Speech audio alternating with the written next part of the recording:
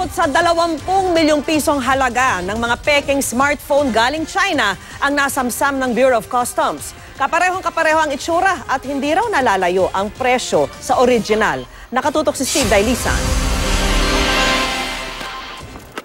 Sa unang tingin, aakalain mong urig ang mamahaling smartphone na ito. Halos kapareho ng font style pero mabagal at mababa ang kalidad ng kamera at nagahang parawang ganitong peke. Nakahiwalay rin ang mismong smartphone sa mga kahon, charger at manual nito. Isa lang ito sa tinatayang 20 milyong pisong halaga ng mga peking smartphone na dumating sa bansa mula Guangzhou, China at nasabat ng Bureau of Customs. May na-receive tayong derogatory information that this certain shipment is bound for Manila containing fake iPhones. Ang mga peke nabebenta raw sa halagang 30,000 pesos. Ilang libong piso lang na mas mura sa presyo ng original na nasa 37,000 pesos.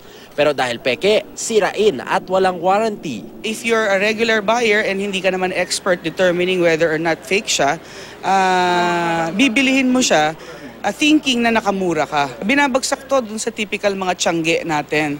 Tiangge at saka yung alam naman natin yung mga famous places dito na kung saan pwede makakuha ng bargain.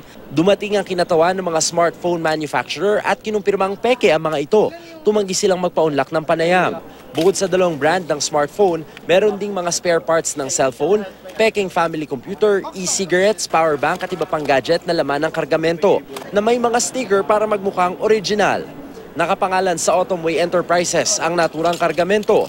Pinuntahan namin ang address ng kumpanya sa building na ito pero walang tao sa opisina.